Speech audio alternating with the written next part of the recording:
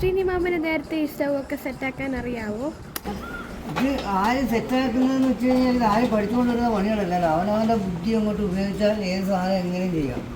മനസ്സിലായി? ഇത്ര വലുപ്പമല്ലോ എനിക്ക് അറിയില്ല.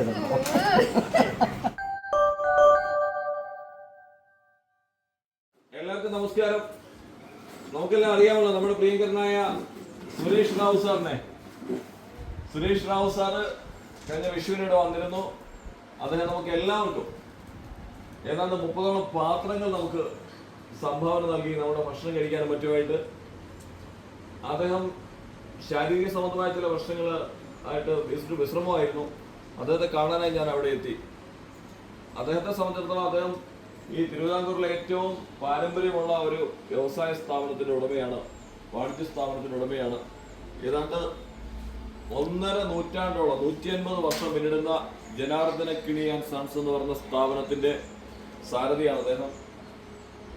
അദ്ദേഹം ഒത്തിരി സേവന പ്രവർത്തനങ്ങൾ നടത്തുന്നയാളാണ്.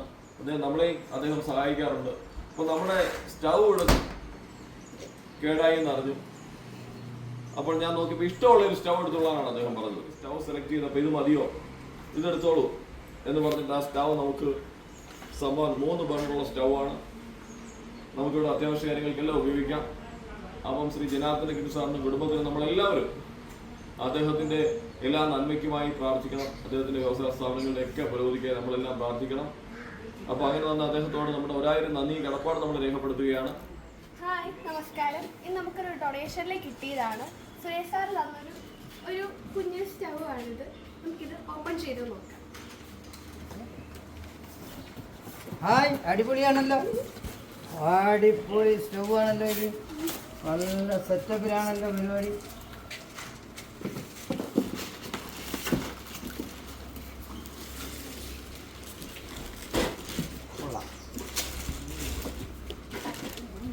ഇതൊരു നോട്ടയുടെ സ്റ്റൗ ആണ്. ഇതിന് 3 ബേണേഴ്സ് ഉണ്ട്. നല്ല രസമൊക്കെ ഉണ്ട് കാണാനും ഒക്കെ. ഇതിന് സെറ്റ് ആക്കണം നമുക്ക്. 3 സെറ്റാക്കി നോക്കാം. ഓക്കെ.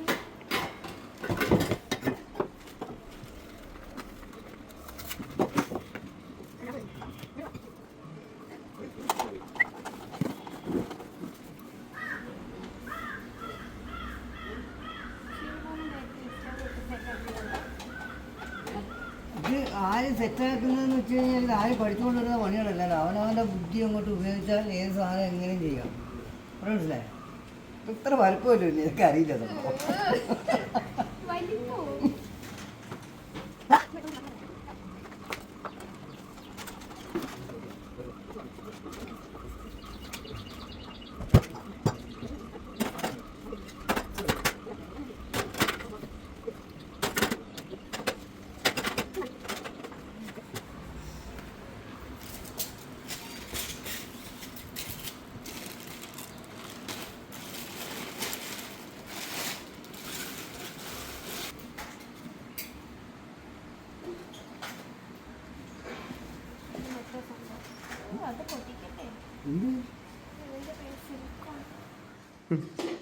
നമ്മൾ സ്റ്റൗ കത്തിക്കാൻ പോവാണ്. ഉദ്ഘാടന കർമ്മം നിർവഹിക്കുന്നു. എന്നിട്ട് ആദ്യം പാല് കാക്കണമെന്ന് പഴയ ആൾക്കാർ പറയുന്നേക്കാം. അതുകൊണ്ട് പാല് തന്നെ നമ്മൾ അടുപ്പിലോട്ട് വെക്കുകയാണ്.